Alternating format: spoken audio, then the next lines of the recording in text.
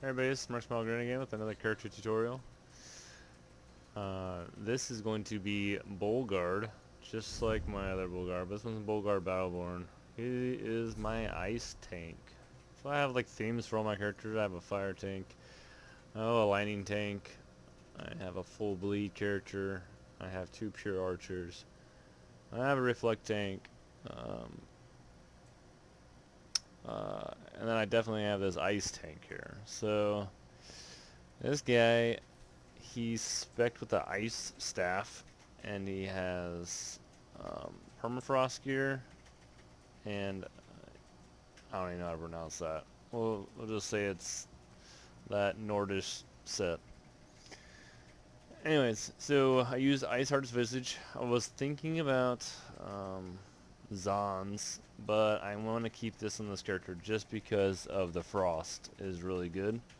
And Permafrost. So Permafrost, see, like this whole recent patch where it now allows you to use get two weapons or two set bonuses for your two-hander. It's been jacking me up, so now I have to rematch my gear again. I want to buy, like, get more permafrost gear or something. But permafrost is when you have a shield on, you have almost 1,000 more health recovery.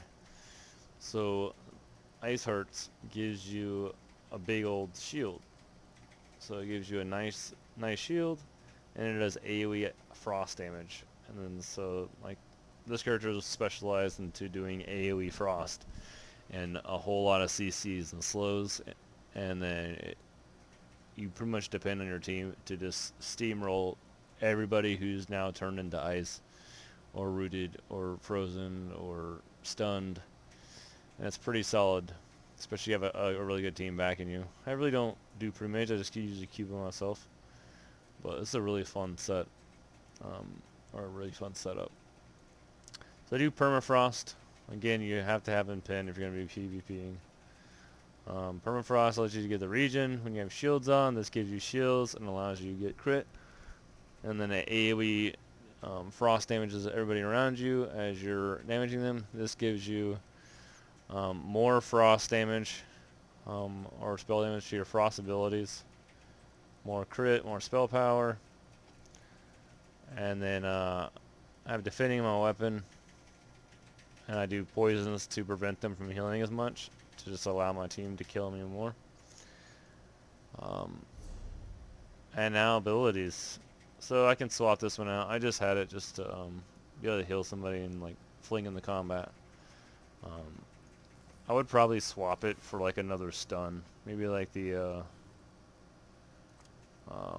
power bash. But again, this is an alt. I don't have power bash yet, but I will eventually. And then I'll probably equip that to my bar. And I have permafrost in both bars. I would probably swap my shield bar with shield wall as soon as I get it. And definitely keep permafrost on one of your bars. But this is just a really solid buff. So it gives you all that resistance. It's pretty solid. And then again, passives are extremely important in this game. You really don't need animal companions if you're not damaging people as like a stamina user or something. But if you're a tank or a healer, you kind of want some of these, or at very least these, because this gives you reduced nair, gives you increased magic and frost damages. Again, this is a frost tank, so I want everything frost.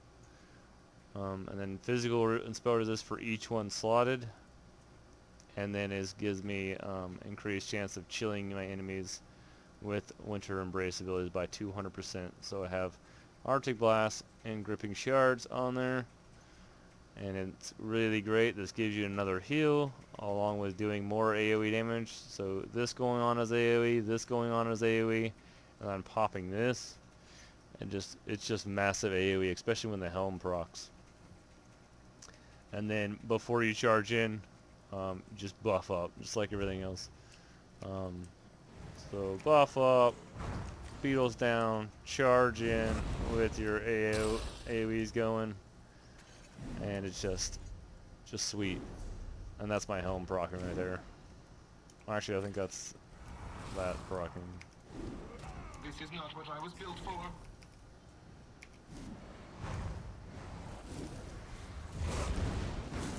And you see that taunt right there? So when you charge in, charging gives you a shield. My helm gives me a shield. Heavy attacking with a frost staff gives you a shield. And then I have my my staff frost root. So this thing is like a big old root, and that's in your destro things. So destro staff root, this reduces their healing while also healing your allies. So it's a nice big old AoE heal slash debuff on healing. And then fissure is just great because it does massive damage, and then you kind of want that on to protect yourself from range. And this gives you increase for your damage, and then it gives you your mana back as well. Well, that's this pretty much the gist of this. Whole lot of CC and survivability. And I've taken on 3 or 4 people at a time with this, but it's a lot better if you have a team with you, because then you're just freezing everybody and stunning them.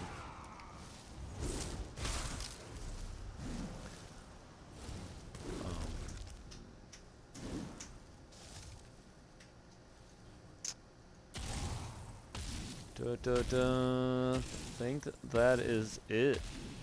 If you guys have any questions about my build, just the generic tanky stuff, magic region, health recovery, reducing. Again, I'm not trying to spec towards high damage. I'm specking towards survival, and because he's a tank, you know, and increase effectiveness of your shields, because this character, you know, shield,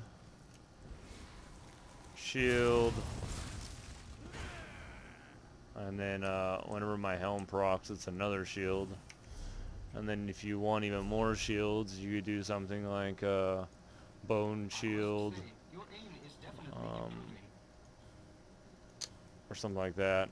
I was gonna spec light armor at first, but then I realized I would get annihilated, so I steered clear light armor. I only kept the light armor for like my boots, and that was just to finish the Driz Grimoire set.